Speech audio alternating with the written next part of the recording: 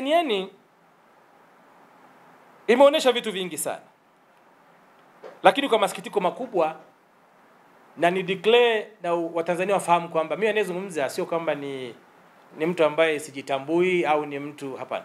Ni mtu nina maarifa na taaluma, dunia naifahamu, nimefanya kazi ndani na nje kwenye taasisi za kimataifa, kwa hiyo nafahamu vizuri sana. Kwanza niwape background ya CNN. Mjue CNN kihistoria na katika siasa za dunia imekuwa ni chombo ambacho kinatumika vibaya.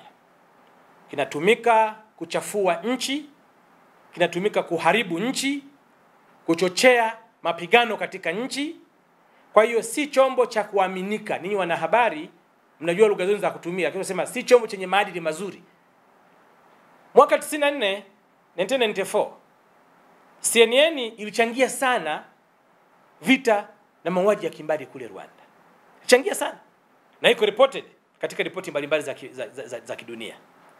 CNN hii imechangia sana vurugu katika maeneo ya Darfur. CNN hii imekuwa ikitoa taarifa za ajabu katika Mashariki ya Kati.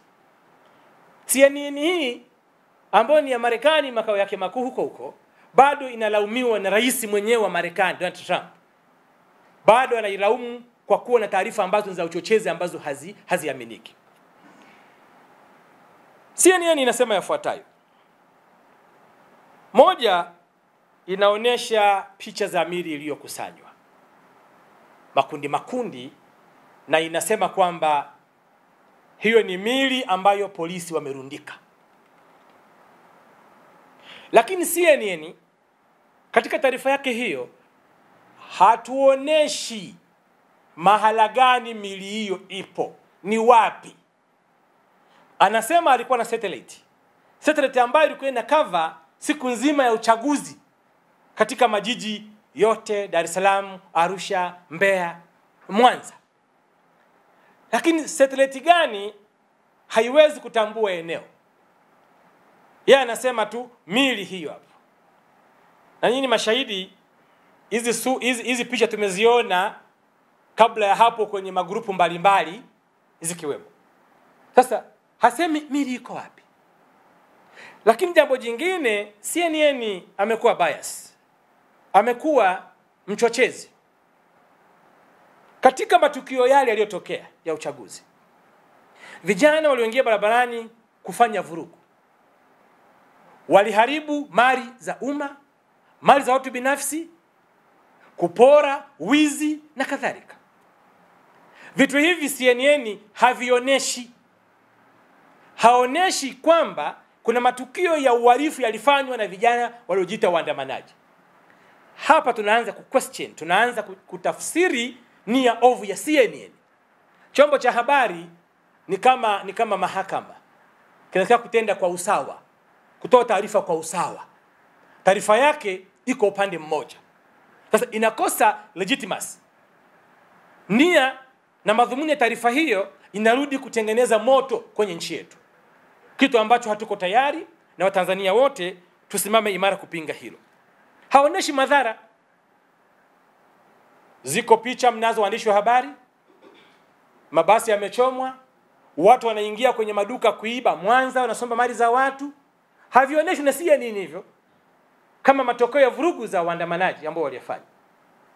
Hapa nia yake inathibika kuwa mbaya. Lakini CNN ameonesha, anasema kwamba watu wameuliwa na kuna makaburi yako kaskazini mwa Dar es Salaam. Anaonesha vimchanga kwenye picha zake. Kama satellite yake ilifanya kazi ya kuona makaburi, kwa nini satellite yake isiwaoneshe watu wakizika hao watu? Tulitegemea CNN ituoneshe media hiyo kwamba hawa hapa polisi wanazika watu hawa hapa, au watu wamebeba bunduki, au watu raia akiwa wanazika watu. Satellite gani inaonyesha upande mmoja tu na watu walishazikwa kwa mujibu wa taarifa yake? Watanzania tutumie akili, tushanganue vizuri taarifa hizi, na mjue kwamba nchi yetu inapiga hatua kiuchumi. Nchi yetu ina miradi mikubwa ambayo inaiendesha yenyewe kwa pesa zake za ndani. hili haliwezi kupendeza kwa mabeberu wenye nia ya kuchafua nchi na kudhulumu rasilimali za hapa. Hawawezi kufurahia hilo. Lakini taarifa ile ukiangalia, anasema nguvu nyingi ilitumika ya polisi dhidi ya raia.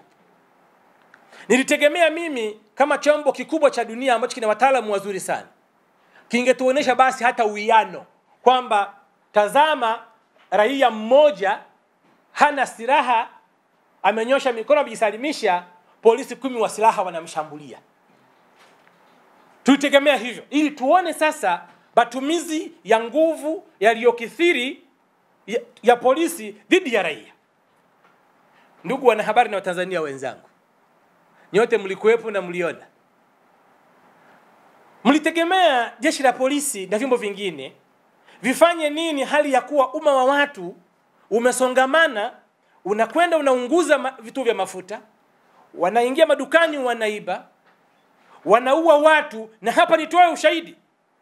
CNN kuna raia wameuliwa na waandamanaji.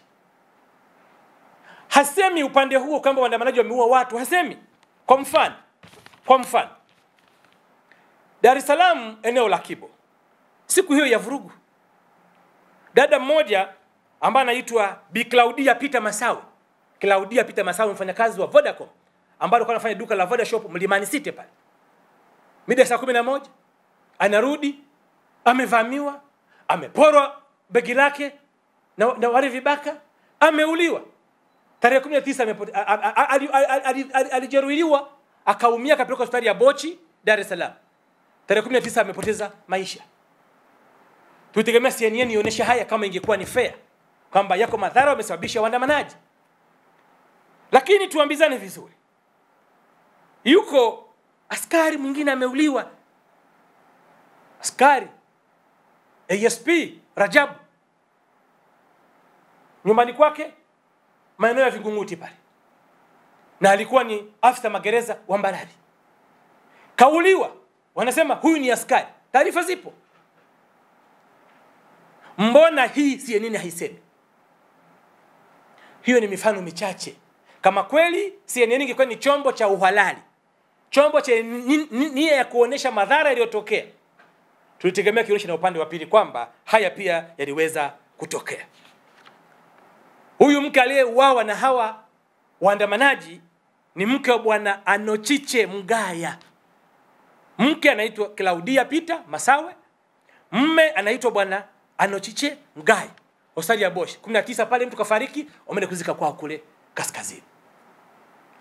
Lakini CNN anasema kwamba maandamano yanatokana na wananchi hawaikubali serikali yao. Huu ni uzushi. Tulitegemea chombo kama kile cha kimataifa kitupe takwimu, kituambie kwamba kimehoji asilimia ngapi ya wananchi wa Tanzania na asilimia ngapi inakataa serikali yao. Hakuna takwimu, uzushi tu. Amepata wapi? Relevance, uhalali wa taarifa zake ni nini? Nyinyi wanahabari mnajua. Habari inakuwa na chanzo. Chanzo ni nini? Kawahoja akina nani? Wapi? Na lini kumpa hizo taarifa? Ndio maana nasema CNN ni chombo cha uzushi. Na taarifa yake ni ya uzushi na ipuuzwe. Lakini askari wangapi wameuliwa?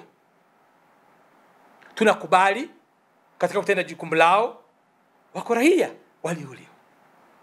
Liko wazi hilo. Liko wazi. Swali ni katika mazingira gani? Swali ni je, CNN ilitaka wananchi wamalize nchi nzima waandamanaji, wateketeze nchi nzima Tanzania imalizike? ATM zimevunjwa, sote tumeshuhudia, tunaona kwa macho yetu. Matobo ya ATM yako pale. Mbona CNN haionyeshi matobo ya ATM zilizotobolewa hela zikachukuliwa? Mbona CNN haijawahoji wenye vituo vya mafuta waliopoteza mali zao? Naanza kuona mashaka katika taarifa ya CNN. Hivyo basi, niwaombe wananchi wa Tanzania, tuendelee kuamini serikali yetu, tuendelee kushikamana pamoja na changamoto ambazo tumepitia katika uchaguzi huu. Hazitufanyi kuacha uzalendo wetu kwa taifa letu. halitufanyi kubeza vyombo vyetu vya ulinzi na usalama, haitufanyi kugawanyika. Lakini tujiulize jambo jingine. Kuna huyu jamaa anayejiita rais wa Gen Z, huyu anasema ni Mtanzania. Tazameni hata anavyozungumza kama robot vile. Alafu Watanzania sisi tunajuana Watanzania jamani. Ukisema Mtanzania tutajua Mtanzania wa wapi. Tuna makabila tunajuana sisi hapa. Hatufukui makabila, lakini tunajuana sisi Watanzania. Hata mtu aliyekaa Marekani miaka 50 hatajulikana ametoka. Mimi ukisema mimi ni Mnyambo toka mkoa wa Kagera. Najulikana sisi ukoo wetu, najulikana familia yetu, najulikana ndugu jamaa, wananijua. Watu kama huyu ni Mwesigwa, ni Mnyambo wa sehemu fulani. Wewe unajulikana, ndugu yangu ni mtu wa sehemu, unajulikana Mtanzania. Hatuna Mtanzania neutral sisi hapa, kama kuna Mtanzania mwenye jina la Tanzania neutral. Tuna Mtanzania tunamjua ni Mtanzania Mzanzibari, ni Mtanzania Mchaga, ni Mtanzania Mkikuyu, Mkerewe, ni Mtanzania. Tunajua. Mtanzania wa wapi yule?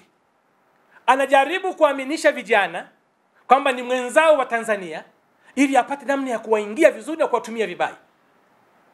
Kwanza niwape pole pia. Tuna nafasi hii kama Mtanzania pia kuwapa pole wote ambao waliguswa kwa namna moja au nyingine kwa kupoteza ndugu zao, kwa kupoteza mali zao, jamaa zao na marafiki zao. Niwape pole kabisa. Hakuna mtu anafurahi kwa namna yoyote ile ndugu yake kumuona ameondoka duniani, kwa namna yoyote ile. Lakini tujue kabisa kwamba ilikuwa ni mazingira ambayo hayazuiliki kwa namna nyingine. Halafu CNN inawapa wale vijana nembo ya waandamanaji. Nembo ya waandamanaji. CNN ni chombo kikubwa, kinafahamu nini maana ya maandamano, kinajua taratibu za maandamano, kinajua maandamano yanakuwa sasa maandamano gani yalikuwa yakianzia wapi kwenda wapi. Huu ni uchochezi, ni namna kuanzisha vurugu nchini, na sisi kama Watanzania tunaojitambua tutasimama imara kulinda nchi yetu. Hii nchi tutailinda sisi wenyewe, tutailinda vizuri sana. Na niwahimize hata ninyi waandishi wa habari, andikeni habari nzuri, zipo za kujenga jamii yetu, za kuharmonize. Lazima tujengane sasa hivi.